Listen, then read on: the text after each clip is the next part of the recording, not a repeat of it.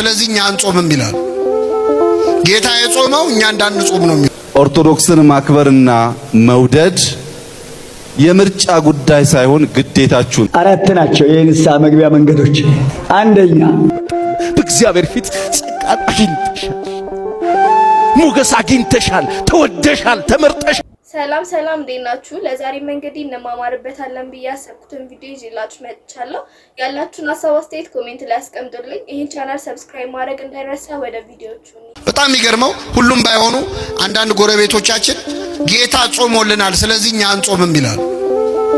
ጌታ የጾመው እኛ እንዳንጾም ነው የሚለው። ተስማማላችሁ? ምመና ጌታ ጾሞልናል የሚሉ ሰዎች ምን ጠይቃቸው ምንድነው? ጌታ ምድር ላይ ያለ ምግብ በልቷል አልበላም?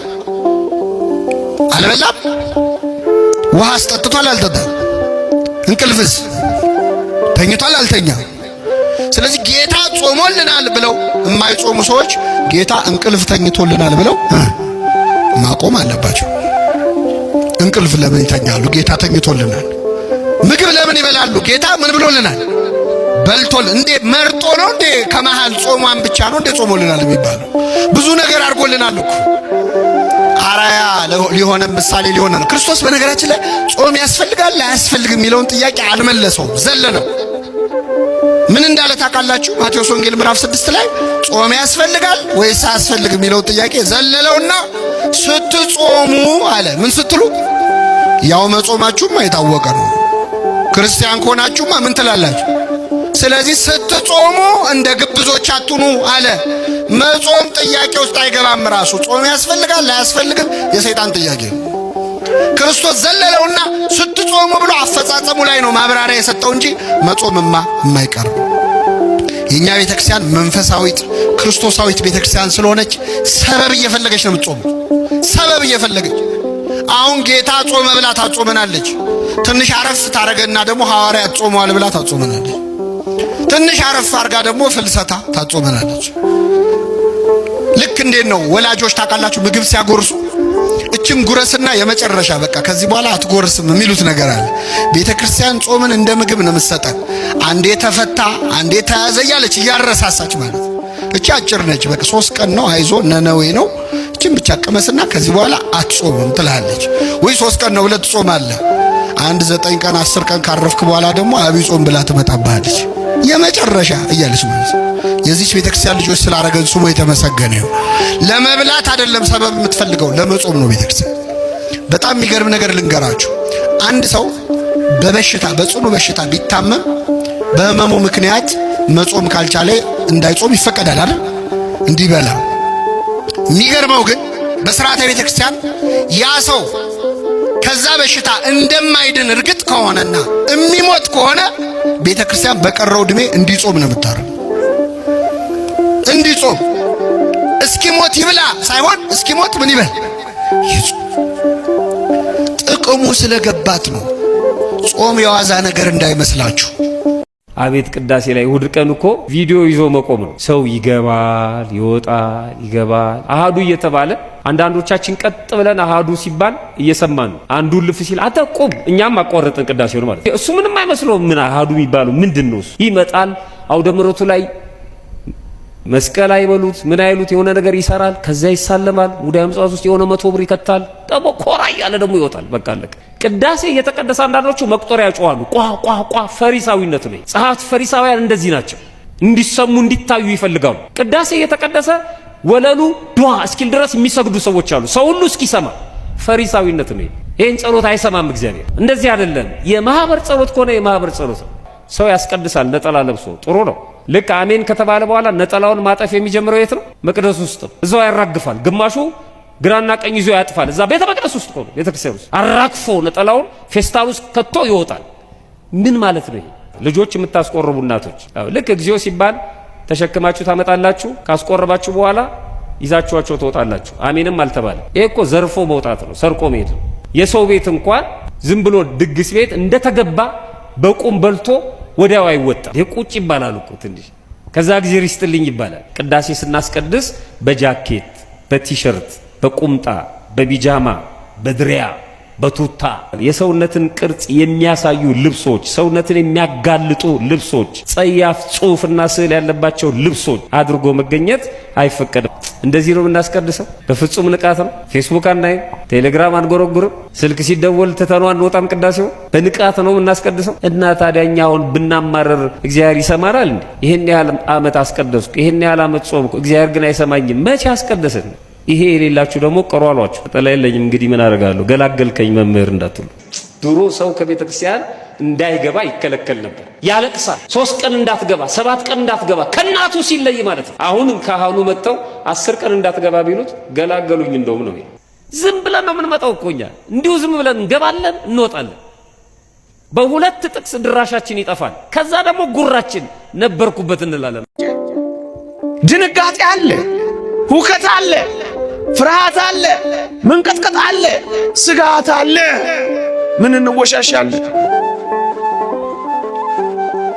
ስለ ነገ ስጋት አለን፣ ስለ ነገ ፍርሃት አለን፣ ስለ ነገ መጨነቅ አለን፣ ስለ ነገ መንቀጥቀጥ አለን፣ ስለ ነገ መታወክ አለን። ፍርሃት በኑሯችን መካከል ፍርሃት፣ በመውጣት መግባታችን መካከል ፍርሃት፣ በዚህም በዚያም ፍርሃት፣ ወገኖቻችንን ባለማመን ፍርሃት። በፍርሃት ተውጠናል።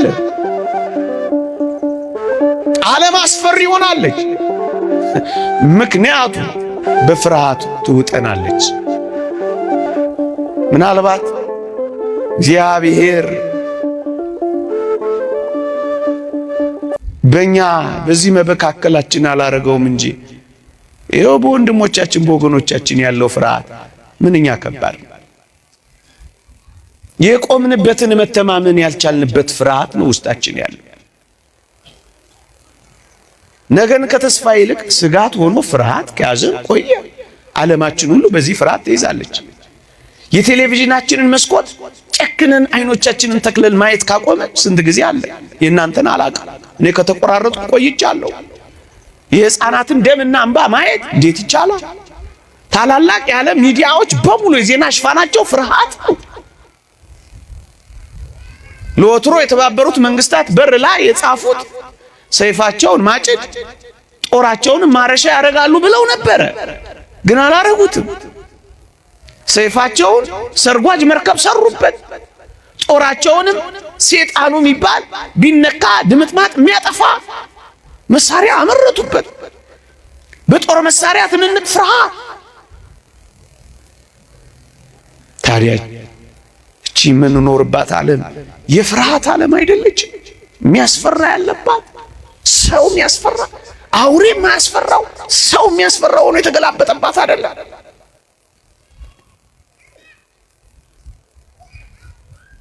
በዚህ የምትኖር ከተማ የለችንም። በዚያችኛዋስ ተስፋ በምን ያደርጋል? ክርስቲያኖች በምን ጠብቃል? በዚያች በምትመጣው በምንፈልጋል ከተማችን እስካላችሁ ወይ ነብዩ እንዲህ ብሎ ይናገራል፣ በዚያ የሚያስፈራው የለም ይላል። ይህ ምንኛ ደስ ያሰኛል። በፍርሃት ማንኖርባትን ከተማ እንናፍቃለን። የእናንተን አላውቅም፣ ስጋት የሌለባትን ዓለም እናፍቃለሁ።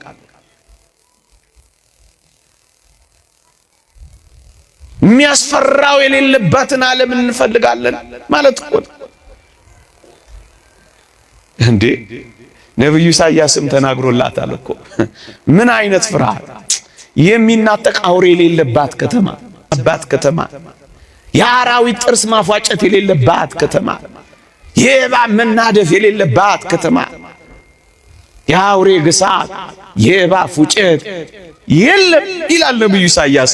ይቺን ከተማ አትፈልጓት፣ ማረፍ አትፈልጉ። በዚህች ከተማን እንፈልጋለን። ምን የሌለባት? ፍርሃት የሌለባት፣ ያለ ፍርሃት ያለ ስጋት የምንኖርባት ይህችን የምትመጣውን ከተማ እንፈልጋታለን። ፍርሃት የሌለባትን ከተማ፣ ጭንቀት የሌለባትን ከተማ። ስጋት 4 ናቸው የንስሐ መግቢያ መንገዶች። አንደኛ ቃል በቃል ገጽ በገጽ ቀርባችሁ ይሄን አድርጌያለሁ ቅጣቱን መቀበል። 2 በወረቀት ጽፎ መስጠት። ውዳሴ ማርያም ሰኞ ውዳሴ ማርያም እንድምታ ላይ ያቺ ሴት የታደለች ጽፋ ኃጢአቷን አባቴ እንዳልሰጠው አፈረች። አባቴ ይፋቅልሽ በለኝ ገለጥ ስታደርገው አንድ ቀርታለች። አባቴ ያቺው የፈራኋት አላሳርፍ ያለችኝ ህሊናዬን የምትጎስም ስወጣ ስገባ የምታቃጥለኝ ቀርታ ለእኔ አይቻለኝም ሂጂ አላት። ተዋህዶ ልጆች ስትመጣ ስትሄድ የአባቶቻችንን ፈሊጥ ይሁት ስትሄድ ውሃ ይጠማታል፣ ያልባታል። መንገድ 2 ሰዓት ቢፈጅ 4 ሰዓት ደርሶ መልስ፣ 2 ቀን ቢፈጅ 4 ቀን በፈሊጥ እግዚአብሔር ይቅር እንድላት። በይ ስትመለሺ ሞቶ ታገኘዋለሽ ሳትጠራጠሪ አስከሬኑ ላይ ጣላት። እስከዚህ ድረስ ነው የአባቶቻችን ስልጣን። የተዋህዶ ልጆች አረ እነዚህን አባቶች እንጠቀምባቸው። ካህናትን እኮ የሾመ እግዚአብሔር ነው። ስልጣን ድው ይፈውሱ፣ ለምጽ አንጹ፣ ሙት አንሱ፣ በከንቱ ተቀበላችሁ በከንቱ ስጡ፣ እስከ ዓለም ፍጻሜ እኔ ከእናንተ ጋር ነኝ፣ ወደ ዓለም ሁሉ ሂዱ እኮ ነው ያለው። እንዴት ያለ ሹመት ነው! ድው መፈወስ፣ ሙት ማንሳት። ክቡራን እኮ ናቸው ካህናት አባቶቻችን እኮ ከባዶች ናቸው እኮ። አንደበታችሁ ቢፈራ ጽፋችሁ ድርጊቷን ብቻ ሰርቄያለሁ፣ ዋሽቻለሁ፣ አምቻለሁ፣ አመንዝሬያለሁ፣ ዘፍኛለሁ ድርጊቷን ብቻ። አይ እንደው ከዕለታት አንድ ቀን እንደው ገንዘብ ከኪስ ያጣሁና ቤትም እንጀራ የለም እንደው ራበኝና ሰረኩ። ምን ያደርጋል ይሁሉ አተተ ምን ይሰራል ይሁሉ መከባተር። ሰውየው ፍርድ ቤት ሄዶ ለምን ገደልከው? ያለታ ጫትን በላ ነበር፣ መጠጥ ጠጥተናል፣ ሞቅ ብሎኛል። ሰውየው ምን እየጨመረ ነው በላው ላይ?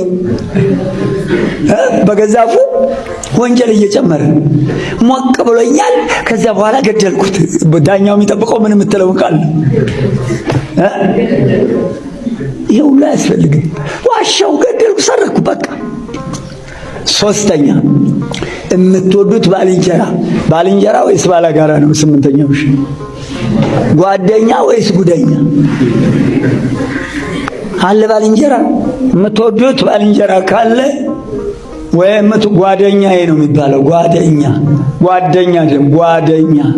ጓዳ ውስጥ ያለ ምስጢር፣ ቅቤው፣ ሽሮ፣ ጭኮ፣ አቤት ዳቦ፣ ውርጎ ወይ እና ወይዘሮ ስንዱንን ከኔለሽ የቀመሙት ድቁሱ ሚጥሚጣው አረስንቱ ጓደኛ ሚስጥሬ ገበናዬ ማለት ነው።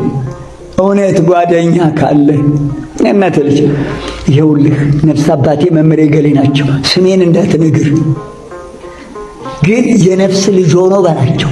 እርሶን ለማየት ፈርቶ አብሮ ስለኖረ አቤት ይህን ኃጢአት እንዴት ይሰራል ብለው ይታዘቡኛል ብሎ እኔ ልኮኛል።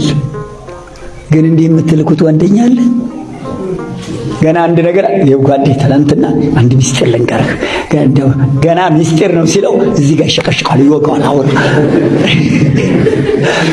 አውራ ይለዋል። ገና ሳይጨርስ የእናቴ ልጅ እውነተኛ ጓደኛ ካለህ ይኸውልህ ይህን ሰርቻለሁ ጻፍና ስጠው። አባቴ ልጅ ነው ይኸው ኃጢአቴን ተቀበልልኝ ብለዋል ብሎ ያ ወረቀቱን ይሰጣል ወይ በቃል አስጠንቶ ይልከዋል። እግራቸው ስር ድፍት ብሎ ቅጣቱን ተቀብሎለት ይመጣል።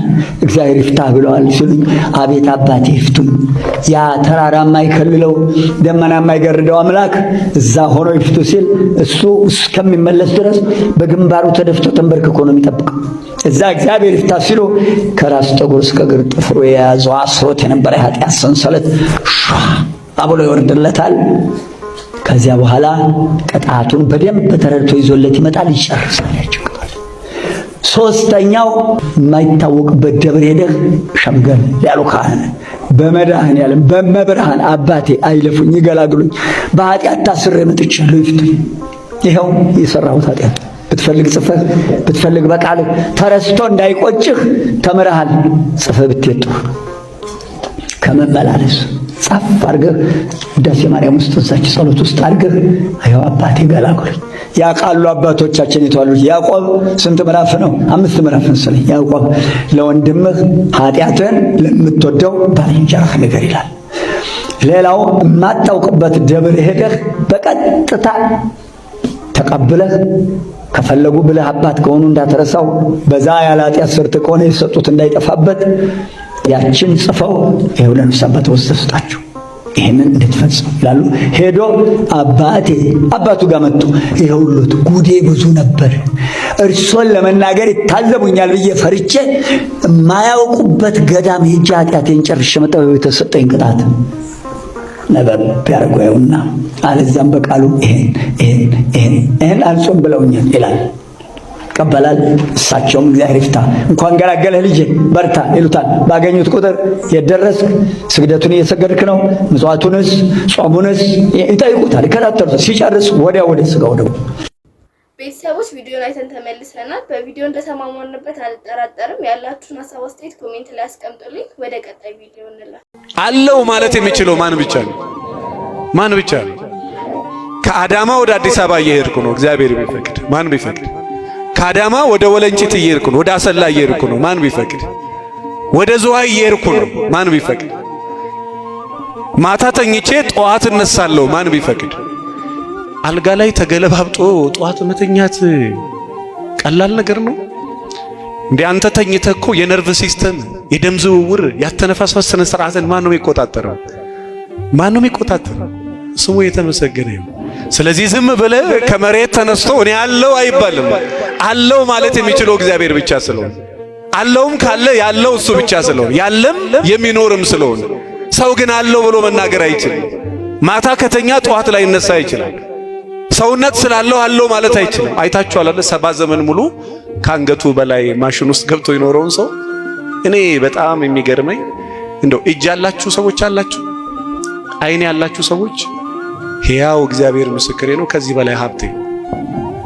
አይንም የሚያይ ከሆነ ጆሮክ የሚሰማ ከሆነ እግር የሚራመድ ከሆነ ሰውነት ምግብ መቀበል የሚችል ከሆነ ይሄ እጅ የሚንቀሳቀስ ከሆነ እዚህ የጀርባ ነርቭ ሲስተሞች የሚሰሩ ከሆነ እግዚአብሔር ይመስገን በል። ማን ይመስገን? እቺ ጣት እንደዚህ ተዘርግታ እንደዚህ የምትታጠፈው ማን ሲፈቅድ ብቻ ነው። ያልተያዘ ሰው አያውቀው። እኔ ብዙ ምስኪኖች ያውቃል። በጣም የሚያስደነግጥ አዲስ አበባ ላይ የ400 ሚሊዮን ብር ቤት ውስጥ ነው የሚኖሩት። ቤታቸው የ400 ሚሊዮን፣ እነሱ የሚኖሩት ሆስፒታል። በጣም የሚያስደነግጥ የ30 ሚሊዮን ብር ኒሳን ፓትሮል ገዝተው እነሱ የሚሄዱት በዊልቸር ነው። ስለዚህ በእግራችሁ ከሄዳችሁ እግዚአብሔር ይመስገን። ማን ይመስገን? ተከራይተህም ቤት መኖር ከቻልክ እግዚአብሔር ምስክሬ ነው፣ እግዚአብሔር ይመስገን። ህመም ራሱ ከተሰማችሁ ጨጓራም፣ ጉበትም፣ ካንሰርም፣ ደም ግፊትም ካለ እግዚአብሔር ይመስገን። ለምን? ህመሙ ራሱ የተሰማክ የስጋ ደዌ በሽታ ስለሌለብን ነው። ጤነኛ ካልሆንክ ህመሙ አይሰማህም። ህመሙ ራሱ እንዲሰማ ጤነኛ መሆን አለበት። ስለዚህ ማን ይመስገን? በትንሹ ነገር ደግሞ እግዚአብሔር ይመስገን ያላለ ሰው ዓለምን ሁሉ ቢገዛ እግዚአብሔር ይመስገን አይል እና በተዘጋው ደጃፍ ገብቶ የሰላሙ ጌታ እርሱ የሰላም አባት ሰላም ሰጪም ስለሆነ ሰላም ለእናንተ ይሆናል። ወገኖቼ ሰላም በለኝ ካላችሁት እመኑኝ፣ የእግዚአብሔር ሰላምና የዓለም ሰላም ይለያል። ሰላም ማለት የጥይት ድምፅ ሳይሰሙ መኖር ማለት አይደለም። ጦርነት መካከል ሰላም ያላቸው ሰዎች አሉ። ምንም የሌለ ቦታ ላይ ደግሞ ሰላም የሌላቸው ሰዎች አሉ። ሰላም ማለት የውስጥ ሰላም ነው። ያን የውስጥ ሰላም የሚሰጠው ማን ነው? አዲስ አበባ ላይ አንድ ጊዜ መገናኛ አካባቢ ከአያት ተንደርዶ የሚመጣ ትልቅ ሲኖትራክ እንደዚህ ካወቃችሁ ይሄ ወደ መገናኛ አደባባይ፣ ይሄ ደግሞ ወደ 22 የሚያስኬድ መስግና እዚህ ስር የተኛ ልጅ አለ። መኪናው ክስክስ ብሎ በቃ እስከ ቦዲው እንጨቱን እስከ ጫነ ድረስ ገብቷል። እና መኪናው በእንትን ክሬን ጠዋት ሲነሳ ልጁ ከእንቅልፉ አልነቃም። ፍሬን በጥሶ መኪናው ተጋይቶ ሹፌሩ ሞቶ ረዳቱ ሞቶ መኪናው ተከስክሶ እዛ ስር ልጅ ተኝቶ ነው። መኪናው ከተነሳ በኋላ ሞቷል ብለው እንዶ ጨርቅ ራሱ እየደረቡ በኋላ ልጁ ከእንቅልፍ እንደሚነቃ ሰው አይኑን እየጠራረገ ነው። እዚህ መካከል እግዚአብሔር ይጠብቃል። ማን ይጠብቃል? ማን ይጠብቃል? እግዚአብሔር። ወገኖቼ በተደጋው ደጃፍ ገብቶ ሰላም ለእናንተ ይሁን ይበለን። የኔ ቤት ሰላም ይፈልጋል፣ እናንተም የኔ ቤት ሰላም ይፈልጋል የምትሉ ከሆነ የሰላሙን ጌታ ወደ ቤቴ ይገባል። እግዚአብሔር መልስ ይሰጣል። አይሰጥም ብላችሁ ነው? እግዚአብሔር መልስ ይሰጣል። እኔ በማደሪያዬ ሆኜ በጸጥታ እመለከታለሁ ይላል እግዚአብሔር። እግዚአብሔር እኮ ይመለከታል አይመስላቸውም እንጂ ብዙዎች በስልጣን ላይ ሲወጡ አይመስላቸው፣ ገንዘብ ሲያገኙ አይመስላቸው፣ ዝና ሲኖራቸው አይመስላቸው።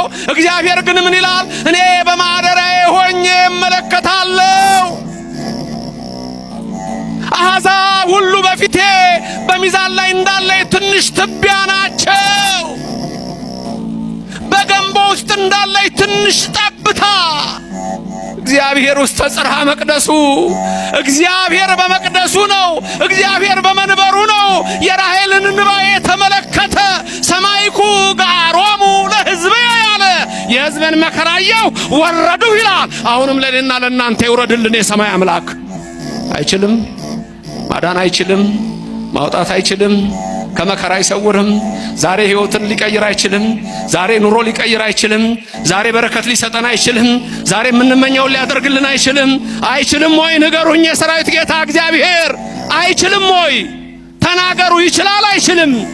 አረ መኑ ይመስለህ ከምና አማልክት እግዚኦ እኮ ነው። ከአማልክት የሚመስልህ ማን ነው? ራሱ ተናግሯል። እኔ እግዚአብሔር የሚሳነኝ የለም። ሰማችሁት? እኔ እግዚአብሔር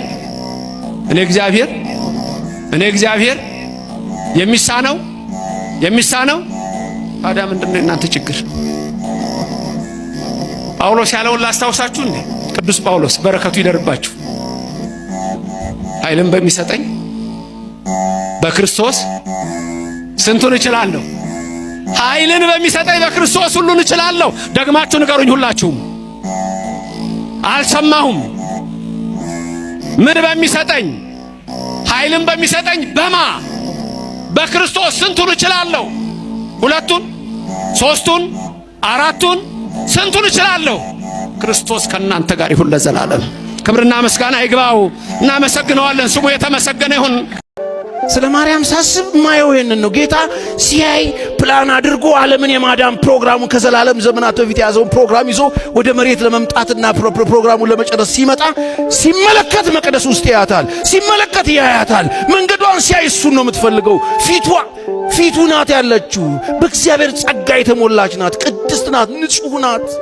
ፕሮግራሙን ለመፈጸም ወደ መሬት አምጥቶ ለመስራት ምችት ብለዋለች። ዋው ደስ ይበልሽ አላት ገብርኤል። በእግዚአብሔር ፊት ጸጋ አግኝተሻል፣ ሞገስ አግኝተሻል፣ ተወደሻል፣ ተመርጠሻል። ለምኑ? ብሉፕሪንቱ ዋናው ፕሮግራም ባንቺ ሊጋገር ነው። የቱ ፕሮግራም? ዓለም የሚድንበት ነው። እግዚአብሔር ለዓለም ያለውን ፍቅር የሚያሳየው ልጁን ባንቺ ውስጥ ሊያመጣው ነው። እንዴት ይሆናል አለችው። ይሆናል። እንዴት? መንፈስ ይመጣላ፣ ይጸልልልሽ። ይቆል አታውቂም። ተይ እንጂ ለእግዚአብሔር የሚሳነው ነገር አለ። የጌታ ባሪያ እቺ ልጅ ቲኔጀር ልጅ ምን ትችልበታለች? እንደ ቃል ይሁን። የእግዚአብሔር ፕላን ማስፈጸሚያ ሆነች። ድንቅ ወጣት። ዛሬ ወጣቶች የት ናቸው? በዛን ዘመን ከነበሩ ወጣቶች መካከል እግዚአብሔር ሲመርጥ አይኑን ያሳረፈባት፣ ጸጋ የሞላባት፣ በእግዚአብሔር ፊት የምትወደድ፣ እኔ ዝም ብዬ ሳስባት ጠዋት ማታ በፊቱ ብርክክ ብላ በቅድስና የምትኖር ጨዋ ሴት፣ ወጣት ሴት፣ ቲኔጀር ሴት፣ ፊቱን የምትፈልግ ሴት። ወጣት ጌታን መፈለግ አለበት። አሁን ባክሽ ቸርች የምትሄጂበት አለ ምሩጪ ዘለል ብለሽ ደከም ስትይ 30 ስትደርሺ ትሄጃለሽ። እንደሱ ነው። አንዳንድ ሰው ጉልበቱን ክለብ አስጠብቅ። ፕሮቴስታንት እምነት ተከታዮች ኦርቶዶክስን ማክበርና መውደድ የምርጫ ጉዳይ ሳይሆን ግዴታችሁ ነው።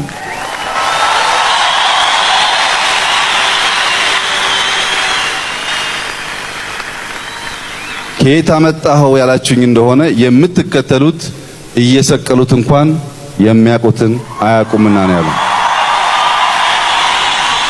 እግዚአብሔር ሊያከብራችሁ ሲፈልግ የመገፋትን ጥግ ታያላችሁ፣ የመጠላትን ጥግ ታያላችሁ፣ የመከዳትን ጥጉን፣ የመጨረሻው ወለሉን፣ ግርግዳውን ነው የምትይዙት።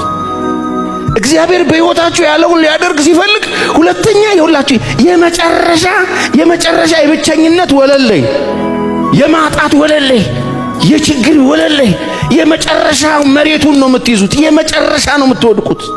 የመከራው መጨረሻ ላይ፣ የብቸኝነት መጨረሻ ላይ፣ የግፍ መጨረሻ ላይ የሕይወታችሁ ርቀቱ፣ ከቤተሰብ ተነጥላችሁ ርቀቱ የምትወድቁት ጥግ ነው።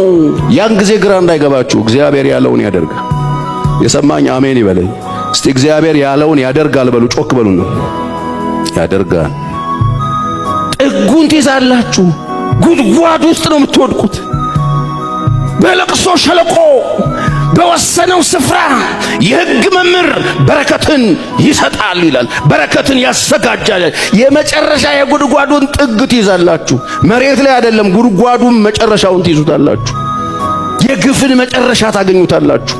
የክፋትን መጨረሻ ታገኙታላችሁ። መሸጥ ሕይወታችሁ ውስጥ ይገጥማችኋል። መከዳት አይደለም፣ መሸጥ።